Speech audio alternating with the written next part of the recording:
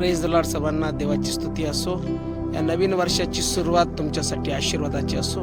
या नवीन वर्षाची सुरुवातच आम्ही 40 दिवस उपवास आणि प्रार्थना करून करत आहोत आणि हे 40 दिवस आमच्यासाठी आशीर्वादाचे असावे, शक्ती देणारे असावे, पवित्र आत्म्याच्या सानिध्यामध्ये वाढवणारे असावे. यासाठी निश्चित जे ऐकणारे आहेत त्या सर्वांनी प्रार्थना करा आणि आम्ही देखील तुमच्यासाठी प्रार्थना करत आहोत. तुमच्या काही प्रार्थना विनंत्या असतील तर तुम्ही निश्चित माझ्या फेसबुक किंवा इंस्टाग्राम किंवा आता जे यूट्यूबवरती मी व्हिडिओ टाकणार त्याच्यावरती तुम्ही तुमच्या विनंत्या पाठवू शकता. निश्चित मी तुमच्यासाठी या डोंगरावरती प्रार्थना करेन. जर आम्ही पवित्र शास्त्र बघितलं, लूक कृष्णवर्तमानाचा 4था अध्याय आणि 14 वचनामध्ये वचन त्या ठिकाणी म्हटलेलं की येशू आत्म्याच्या सामर्थ्याने गालिलात आला आणि त्याची कीर्ती चोहोकडे पसरली.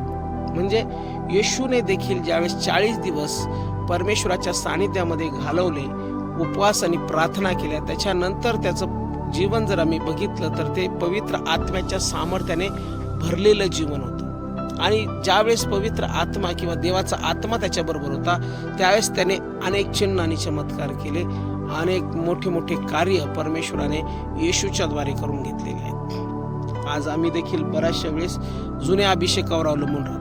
जसं 2003 साली मला अभिषेक झाला आणि त्याच्यानंतर पुन्हा मी कधीच प्रार्थना केल्या नाही, कधीच अभिषेक मिळवला नाही.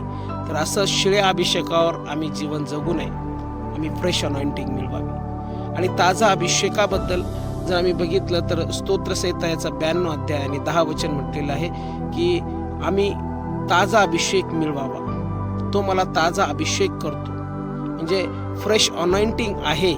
आम्ही जुन्या अभिषेकावरच जीवन जगू नये तर रोज आणि रोज आम्ही त्याच्या फ्रेश किंवा ताज्या अभिषेकामध्ये चालावं. म्हणून प्रभूची इच्छा आहे की आम्ही त्याच्या सानिध्यात वाढावं, प्रार्थना करावी आणि परमेश्वराच्या वचनानुसार ताजा अभिषेक आमच्या जीवनामध्ये. आज मी तीच प्रार्थना करत आहे की जर तुम्ही आमच्याबरोबर प्रार्थना करत आहात, मनातून देवाकडे मागत आहात 2026 आशीर्वादाचं जावं, तर ते अभिषेकामध्ये ज्यावेळेस आम्ही चालू त्यावेळेस ते आमच्यासाठी आशीर्वादाचं ठरणार आहे.